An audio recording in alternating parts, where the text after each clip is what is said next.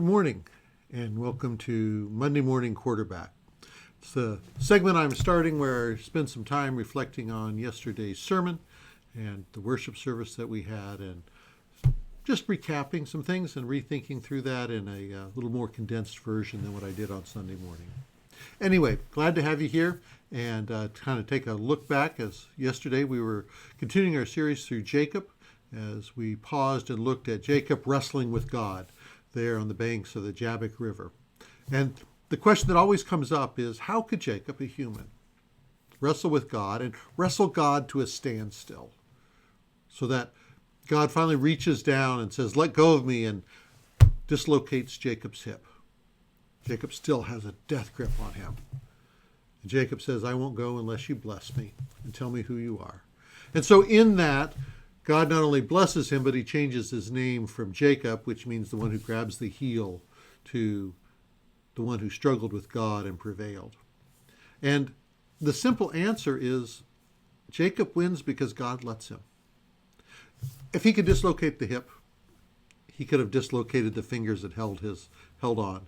He could have wrested the arm out of its socket. He could have done all sorts of things. He could have just killed Jacob, but he doesn't. He lets Jacob win. Now, admittedly, Jacob goes away with a limp for the rest of his life. Every time that hip hurts, he's going to remember that moment of wrestling. But the fact of the matter is, God let himself be captured by human hands and held by Jacob. What is that all about? Well, what that points me to is another moment when God let himself be captured by humanity in the form of Jesus. When he's arrested in the garden, he's bound and he's led away and he's brought to trial before both the Roman authorities, Pontius Pilate, but also before Herod and the Jewish authorities. And in any one of those cases, he could have stopped and said, "Nope, I am the Son of God. You can't touch me." But he doesn't. They revile him, they spit upon him, they bind him, they strike him, they whip him with lashes, and eventually they even drag him to Golgotha and they nail him to a cross, and he lets them. The whole time he could have said stop, called 10,000 angels and been set free, but he doesn't. Instead, he lets them. Why? Because by surrendering in that moment, he gives them the opportunity to have new life forever. Because in his death and resurrection, Jesus Christ defeats sin, death, and all evil. He makes a path back to God and back to right relationship with God and right relationship with others in humanity. All because he gave up his pride, gave up his desire as a human to win and overcome, and said, "No, I humbly submit myself to the will of God, and I allow myself to be captured by humanity even to the point of being killed on a cross." Because in the end, what seemed like a loss in the moment was the greatest victory ever won.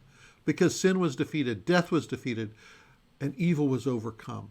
We live new lives today, and we will live new lives through eternity when we put our faith and trust and hope, our belief in the love of God that was demonstrated through Jesus' death on the cross and his resurrection from the grave. I don't have to understand all that, but I do stand in awe of a God who would love me so much that he would submit himself to that, and that he would love in such a way. He let himself be defeated in the moment so that we might be saved for eternity. Well, that's the lesson from Sunday. It's a lesson that rings with us every day.